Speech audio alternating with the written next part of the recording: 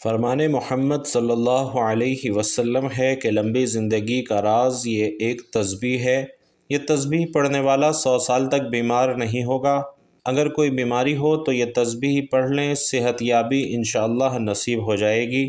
ناظرین محترم، اگر آپ یہ ایک تسبیح سچے دل سے پڑھ لیں تو انشاءاللہ زندگی بھر کوئی بیماری قریب نہیں آئے گی، چاہے وہ خطرناک مرض ہو، لا علاج مرض ہو، شوگر ہو، بلڈ پریشر ہو یا کوئی بھی بیماری کیوں نہ ہو۔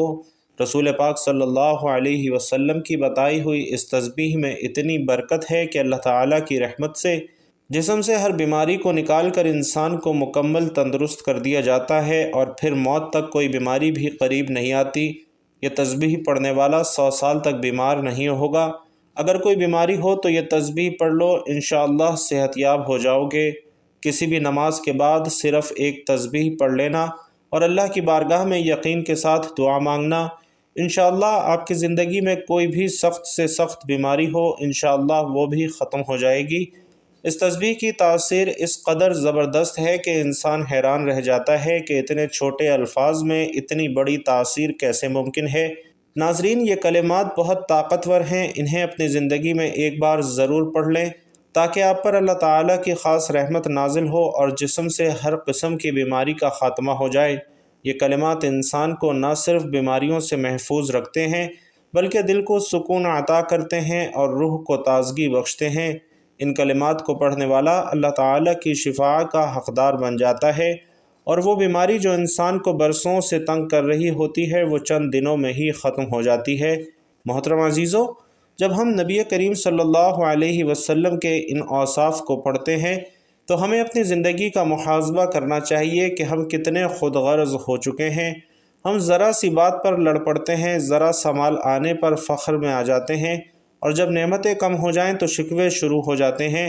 لیکن نبی کریم صلی اللہ علیہ وسلم نے تو ساری زندگی ایک معمولی بستر پر گزار دی، اور ایک روایت میں آتا ہے کہ حضرت عمر رضی اللہ تعالی عنہ جب نبی کریم صلی اللہ علیہ وسلم کے حجرہ مبارک میں داخل ہوئے، آپ صلی اللہ علیہ وسلم ایک کھجور کی چٹائی پر آرام فرما رہے تھے اور چٹائی کے نشان آپ کے جسم مبارک پر نمایاں تھے۔ یہ دیکھ کر حضرت عمر کی آنکھیں نم ہو گئیں۔ عرض کیا، یا رسول اللہ، قیصر و کسریٰ ریشمی بستروں پر ہیں اور آپ صلی اللہ علیہ وسلم جو کہ رحمت للعالمین ہیں اس چٹائی پر آرام فرما رہے ہیں۔ آپ صلی اللہ علیہ وسلم مسکرا کر فرماتے ہیں، عمر، کیا تم یہ نہیں چاہتے کہ ان کے لیے دنیا ہو اور ہمارے لیے آخرت ہو؟ ناظرین، یہی وہ سبق ہے جسے ہمیں اپنی زندگی کا حصہ بنانا ہے۔ ہم دنیا کے مال پر نہ اترائیں، نہ کسی کو حقیر جانیں، نہ کسی سے بے رخی کریں، بلکہ عاجزی اختیار کریں، شکر کریں، قناعت کریں اور محبتیں بانٹیں۔ عزیزوں، اگر نبی کریم صلی اللہ علیہ وسلم بھوکے رہ کر بھی مسکراتے تھے تو ہمیں بھی اپنی چھوٹی چھوٹی محرومیوں پر شکایت نہیں کرنی چاہیے۔ اگر نبی کریم صلی اللہ علیہ وسلم نے کبھی کسی سے بدلہ نہیں لیا تو ہمیں بھی معاف کرنے کی روش اپنانی چاہیے۔ اگر نبی کریم صلی اللہ علیہ وسلم نے سب سے زیادہ دوسروں کی فکر کی تو ہمیں بھی دوسروں کے لیے جینا سیکھنا چاہیے۔ یہی سیرت طیبہ ہے، یہی اصل مقام ہے، یہی اصل عشق ہے کہ ہم نبی کریم صلی اللہ علیہ وسلم کی زندگی کو پڑھیں، سمجھیں اور اپنائیں۔ ارشاد فرمایا کہ میرا دنیا سے کیا تعلق، دنیا میں میری مثال تو اس مسافر جیسی ہے جو تھوڑی دیر کے لیے کسی درخت کے سائے تلے ٹھہرتا ہے، پھر اسے چھوڑ کر اپنا راستہ لیتا ہے۔ بھائیوں اور بہنوں، اگر ہم رسول علیہ الصلاۃ والسلام کی حیات طیبہ پر نظر ڈالیں تو معلوم ہوتا ہے کہ آپ کی زندگی ہر پہلو سے سادگی کی تصویر تھی۔ آپ نے نہ صرف اپنی زندگی سادگی سے گزاری بلکہ اپنے صحابہ کی تربیت بھی اسی انداز میں کی کہ دنیا کی بے وقتی کو خوب واضح کیا۔ آئیں دیکھیں کہ اللہ کے رسول صلی اللہ علیہ وسلم صحابہ کرام کی کیسے تربیت فرما رہے ہیں۔ حضرت جابر رضی اللہ تعالی عنہ فرماتے ہیں کہ حضور نبی کریم صلی اللہ علیہ وسلم مدینے سے آتے ہوئے بازار سے گزرے۔ آپ کے ارد گرد بہت سے صحابہ کرام تھے۔ آپ ان کے ہمراہ تشریف لے جا رہے تھے کہ راستے میں ایک بکری کا مرا ہوا بچہ پڑا تھا، اس کے کان چھوٹے تھے۔ آپ نے اس کا کان پکڑ کر فرمایا، ساتھیوں، تم میں سے کون ہے جو اسے 1 درہم میں لینے پر راضی ہو؟ صحابہ نے عرض کیا، یا رسول اللہ، 1 درہم تو بہت بڑی بات ہے، ہم تو 1 پیسے میں بھی لینے کو تیار نہیں۔ اور اسے لے کر کریں گے بھی کیا؟ اب طے ہوا کہ اچھا تم کیا اسے مفت لینے کے لیے راضی ہو؟ صحابہ نے عرض کیا یا رسول اللہ، اگر یہ زندہ ہوتا تب بھی یہ عیبدار شمار ہوتا، کیونکہ اس کے کان چھوٹے ہیں، اور اب تو یہ مرا ہوا ہے۔ محترم عزیزو، دیکھیے اللہ کے رسول صلی اللہ علیہ وسلم دنیا کی بے ثباتی اور کم حیثیت کو کس انداز میں بیان فرما رہے ہیں۔ آپ صلی اللہ علیہ وسلم نے فرمایا کہ اللہ کی قسم، اللہ تعالیٰ کے نزدیک دنیا اس مردار سے بھی کم حیثیت رکھتی ہے۔ پھر ایک اور موقع پر دنیا کی حقیقت ان الفاظ میں بیان فرمائی کہ اگر دنیا اللہ کے نزدیک مچھر کے پر کے برابر بھی حیثیت رکھتی ہوتی تو وہ کسی کافر کو اس میں پانی کا ایک گھونٹ بھی نہ دیتا۔ محترم ناظرین، اللہ تعالیٰ کی نعمتیں بے شمار اور لاتعداد ہیں، جنہیں کوئی گن نہیں سکتا اور نہ کوئی ان کا احاطہ کر سکتا ہے۔ پیدائش سے لے کر موت تک انسان اللہ کی دی ہوئی نعمتوں کو استعمال کرتا ہے اور اللہ کی نعمتوں میں بچپن، جوانی، بڑھاپا گزارتا ہے۔ سب سے پہلی نعمت انسان کی صورت میں ملتی ہے جو کہ اشرف المخلوقات ہے، پھر اعضاء کی سلامتی، قوت گویائی، قوت سنوائی۔ غرض تمام اعضاء اللہ تعالیٰ کی طرف سے عطا شدہ نعمت کی صورت میں ہمیں ملتے ہیں، اور پھر انسان کو اپنی محدود زندگی میں لاتعداد اور بے شمار اللہ کی نعمتوں سے واسطہ پڑتا ہے، جسے ایک انسان اگر ساری عمر شمار کرنا چاہے تو شمار نہیں کر سکتا۔ چنانچہ قرآن کریم میں ارشاد باری تعالیٰ ہے، اگر تم اللہ کی نعمتوں کو شمار کرنا چاہو تو انہیں پورا شمار نہ کر سکو گے، بے شک اللہ تعالیٰ بخشنے والا نہایت مہربان ہے۔ ناظرین، اللہ تعالیٰ کی انہی عطا کردہ نعمتوں میں سے ایک نعمت صحت کی نعمت ہے، جو کہ صحت کی حالت میں انسان تمام دینی اور دنیاوی کام انجام دے سکتا ہے۔ صحت کی نعمت کی وجہ سے سکون کی زندگی گزارتا ہے، اطمینان قلب کے ساتھ رہتا ہے، مگر ہمارے معاشرے میں خاص طور پر صحت کی نعمت کی قدر نہیں کی جاتی۔ مسلمان پر ضروری ہے کہ وہ صحت کی نعمت پر اللہ کا شکر ادا کرے اور صحت کی حالت میں اعمال صالحہ پورے جذبے کے ساتھ انجام دے اور ناقدری سے اپنے آپ کو بچائے، جیسا کہ نبی کریم صلی اللہ علیہ وسلم کا ارشاد ہے۔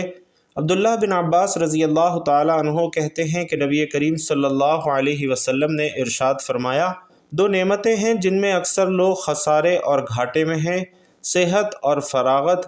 اس حدیث مبارکہ میں نبی اکرم صلی اللہ علیہ وسلم نے جن دو نعمتوں کے بارے میں ارشاد فرمایا کہ اکثر لوگ ان دو نعمتوں کی ناقدری کرتے ہیں، وہ صحت کی نعمت ہے اور فرصت کی نعمت ہے۔ جیسا کہ ناظرین عام طور پر دیکھا گیا ہے کہ اکثر لوگ فرصت کے اوقات فضولیات اور لغویات میں ضائع کر دیتے ہیں اور فرصت کے اوقات میں اپنے آپ کو ایسے کاموں میں مشغول رکھتے ہیں جن کاموں کا نہ دنیا میں کوئی فائدہ ہوتا ہے اور نہ آخرت میں کوئی فائدہ ہوتا ہے۔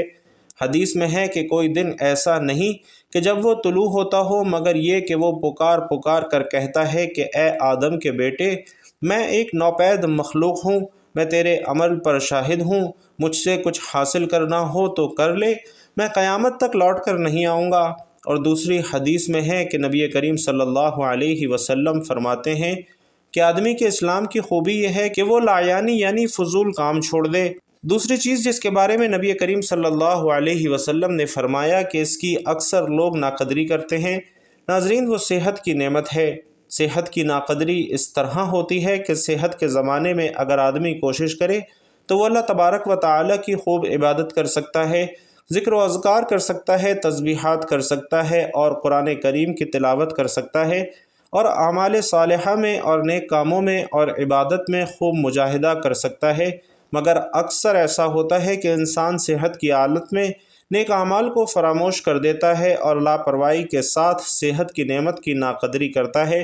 حالانکہ صحت کی نعمت کا ایک بہت بڑا فائدہ یہ بھی ہے کہ اگر آدمی صحت کے اندر کسی عبادت کا عادی ہو اور بیماری کے ایام میں وہ عبادت نہ ہو سکتی ہو تو اللہ تبارک و تعالی بیماری کی حالت میں اسی عبادت کا ثواب عطا فرماتا ہے۔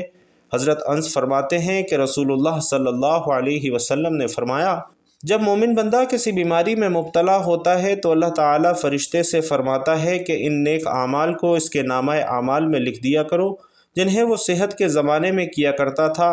پھر اللہ تعالیٰ اسے شفا اور صحت عطا فرما دے تو اسے گناہوں سے پاک و صاف فرما دیتا ہے، اور اگر اسے اپنے پاس بلا لے تو اسے معاف فرما دیتا ہے اور اس پر رحم فرماتا ہے۔ اسی طرح حضرت عبداللہ بن عمر رضی اللہ تعالیٰ عنہ فرماتے ہیں کہ رسول اللہ صلی اللہ علیہ وسلم نے فرمایا کہ جب کوئی بندہ عبادت کرتا ہے پھر بیمار ہو جائے تو اللہ تعالیٰ فرشتوں سے فرماتا ہے کہ اس بندے کے لیے اس عمل کا ثواب بھی لکھو جو عمل وہ صحت کی حالت میں کیا کرتا تھا، یہاں تک کہ میں اسے صحت دے دوں یا پھر اپنے پاس بلا لوں۔ اور حضرت شقیق رحمۃ اللہ علیہ فرماتے ہیں کہ حضرت عبداللہ بن مسعود رضی اللہ تعالی عنہ بیمار تھے، ہم لوگ عیادت کے لیے حاضر ہوئے تو حضرت ابن مسعود رضی اللہ تعالی عنہ رونے لگے۔ ہم نے آپ کو تسلی دی تو آپ نے فرمایا کہ میں بیماری سے پریشان ہو کر نہیں رو رہا، اس لیے کہ میں نے رسول اللہ صلی اللہ علیہ وسلم سے سنا ہے کہ بیماری گناہوں کے لیے کفارے کا ذریعہ ہے، اس لیے بیماری سے پریشان ہونے کی ضرورت نہیں۔ میں تو اس بات پر رو رہا ہوں کہ بیماری کمزوری کے زمانے یعنی بڑھاپے کی عمر میں آئی ہے، جس میں طاقت اور قوت مفقود ہونے کی وجہ سے انسان عمل نہیں کر سکتا۔ محنت کے زمانے میں بیماری آتی تو بیمار ہونے سے پہلے جو اعمال کرتا تھا بیماری کے زمانے میں بھی ان اعمال کا اجر و ثواب لکھا جاتا۔ میں تو اس بات پر رو رہا ہوں۔ ناظرین، اس لیے ہمیں چاہیے کہ ہم اللہ تبارک و تعالی کی طرف سے عطا کردہ عظیم نعمت صحت کی خوب قدر کریں اور صحت میں خوب عبادت کریں تاکہ ہمیں آزمائش اور بیماری کے ایام میں بھی اس عبادت کا ثواب ملتا رہے، اور صحت کی نعمت کو بیماری سے قبل غنیمت جانیں، جیسا کہ حدیث شریف میں آتا ہے کہ رسول اللہ صلی اللہ علیہ وسلم نے ایک آدمی کو نصیحت کرتے ہوئے فرمایا کہ 5 چیزوں کو 5 چیزوں سے پہلے غنیمت سمجھو، اپنی جوانی کو اپنے بڑھاپے سے پہلے غنیمت سمجھو، اپنی صحت کو اپنے مرض سے پہلے غنیمت سمجھو، اپنے مالدار ہونے کو اپنی محتاجی سے پہلے غنیمت سمجھو، اپنی فراغت کو اپنی مصروفیت سے پہلے غنیمت سمجھو، اور اپنی زندگی کو اپنی موت سے پہلے غنیمت سمجھو۔ اللہ رب العزت ہم سب کو صحت کی نعمت کی قدر کرنے کی توفیق عطا فرمائے۔ ناظرین، بیماری سے انسان کے گناہ معاف ہوتے ہیں اور اس کے ذریعے انسان کو اللہ تعالیٰ بہت بڑا اجر عطا فرماتے ہیں، بشرطے کہ وہ اس پر صبر کرے، ناشکری اور واویلا نہ کرے۔ مزید یہ کہ اس کے احسانات میں سے ایک احسان یہ بھی ہے کہ بیمار آدمی کو بیماری کی حالت میں ان اعمال جن کو وہ تندرستی کی حالت میں کیا کرتا تھا اس کا اجر بغیر کیے ہی ملتا رہتا ہے۔ بیماری اللہ کی طرف سے آتی ہے اور اس سے شفا بھی اللہ ہی دیتا ہے، جیسا کہ قرآن پاک میں ارشاد ہے کہ جب میں بیمار ہوتا ہوں تو وہی یعنی اللہ مجھے شفا دیتا ہے۔ ناظرین، بیماریوں کے علاج کے لیے مختلف طریقہ علاج مستعمل ہیں۔ انسان بیماری پہ قابو پانے کے لیے ہر وقت کوشش کرتا ہے، اس کے لیے نت نئے دوائیں استعمال کرتا ہے، لیکن شفا صرف اس وقت ملتی ہے جب اللہ کی طرف سے منظوری ہو۔ رسول پاک صلی اللہ علیہ وسلم فرماتے ہیں کہ ہر بیماری کے علاج کے لیے دوا ہے، اور جب دوا کے اثرات بیماری کی ماہیت کے مطابق ہوتے ہیں تو اس وقت اللہ کے حکم سے مریض کو شفا ہو جاتی ہے۔ یعنی بیماری کا علاج کرنا سنت نبوی ہے۔ سر درد کے لیے مختلف ادویات کا استعمال کیا جاتا ہے، جن کے استعمال سے معدے کا السر یا اس کے پھٹنے سے موت بھی واقع ہو سکتی ہے۔ اسی وجہ سے ضروری ہے کہ بیماری ہونے کی صورت میں ڈاکٹر کے مشورے سے دوا ضرور لیں، مگر اللہ سے شفا کی دعا کرنا نہ بھولیں۔ دوائیں صرف ایک ذریعہ ہیں، حقیقی شفا صرف اور صرف اللہ کے ہاتھ میں ہے کہ دوا سے زیادہ فائدہ دعا میں ہوتا ہے، اور بعض پیچیدہ بیماریوں میں جہاں دوائیں بھی اثر نہیں کرتیں، صدق دل سے کی ہوئی دعا ایسا اثر دکھاتی ہے کہ مہینوں کی تکلیف دنوں میں دور ہو جاتی ہے۔ مریض اور معالج دونوں کا دھیان اللہ کی طرف ہو جائے تو ناظرین یہ سونے پہ سہاگا والی بات ہے۔ دوا لینے سے پہلے مریض یہ خیال کرے کہ دوا صرف ضرورت کے درجے میں اور سنت نبوی سمجھ کر لے رہا ہوں، لیکن شفا صرف اور صرف اللہ کے اختیار میں ہے۔ اللہ تعالیٰ ضرور مہربانی فرمائیں گے اور بیماری سے اس کی رحمت کے باعث نجات ملے گی۔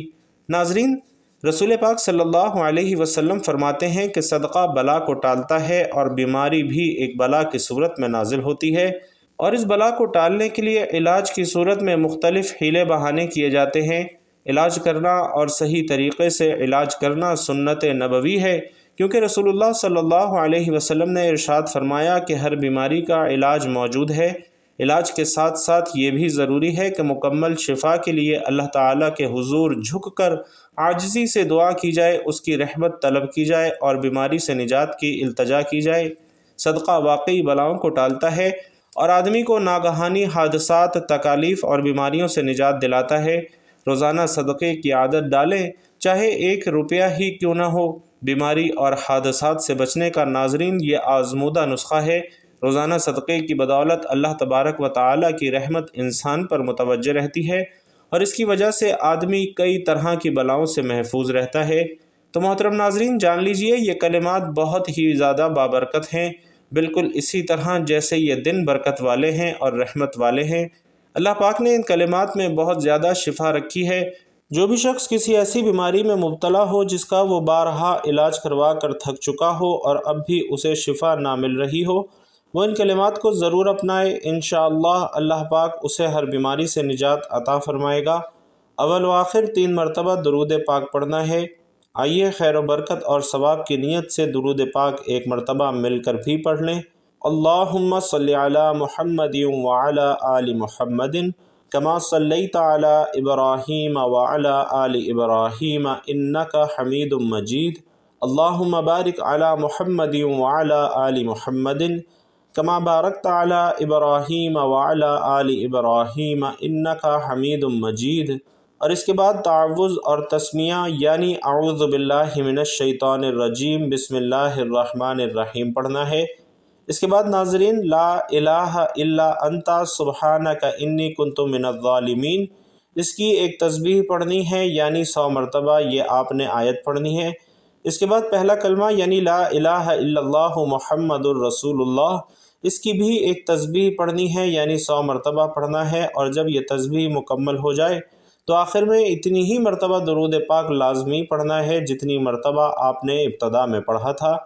ناظرین، اس پورے وظیفے کی صرف ایک شرط ہے کہ آپ نے اللہ کی ذات پر کامل یقین اور مکمل اعتماد رکھتے ہوئے یہ وظیفہ پڑھنا ہے۔ دلوں میں وسوسے رکھیں گے تو دعائیں اور وظیفے قبول نہیں ہوتے، جیسا کہ اللہ کے ایک پاک فرمان کا مفہوم ہے کہ میں بندے کے ساتھ ویسا ہی معاملہ کرتا ہوں جیسا بندہ مجھ سے گمان رکھتا ہے۔ اگر آپ دلوں میں یہ وسوسہ رکھیں گے کہ پتہ نہیں میرا وظیفہ قبول ہوگا یا نہیں ہوگا، مجھے بیماری سے شفا ملے گی یا نہیں ملے گی، تو بھائیوں اور بہنوں میں آپ کو بتاتا ہوں کہ ایسے کوئی وظیفہ بھی اثر نہیں کرتا۔ آپ دل میں یہ یقین رکھ کر وظیفہ کیجئے کہ انشاءاللہ آپ کا وظیفہ بھی اللہ تبارک و تعالی ضرور قبول فرمائیں گے اور آپ کو شفا بھی اللہ تعالی ضرور عطا فرمائیں گے۔ تو آپ دیکھیے گا کہ آپ کو کتنی جلدی بیماری سے شفا ملتی ہے۔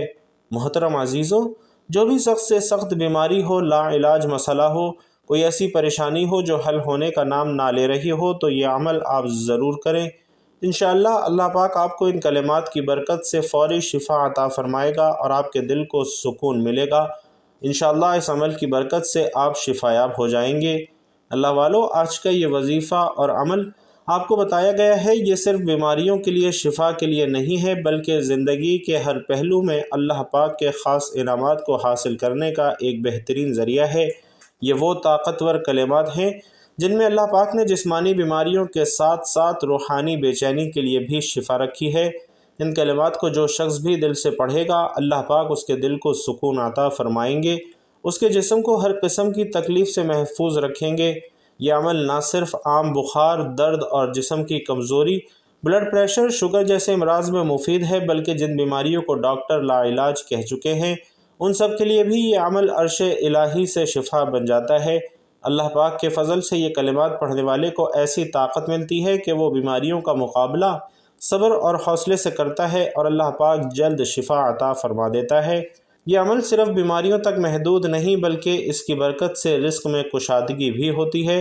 جو لوگ قرضوں میں ڈوبے ہوتے ہیں، جو رزق کی تنگی کا شکار ہوتے ہیں، جو چاہتے ہیں کہ ان کے گھر میں خیر و برکت ہو، تو وہ اس عمل کو اپنی زندگی کا حصہ بنا لیں۔ انشاءاللہ گھر میں خوشحالی آئے گی، میاں بیوی میں محبت پیدا ہوگی، اولاد فرما بردار ہو جائے گی اور گھر جنت کا نمونہ بن جائے گا۔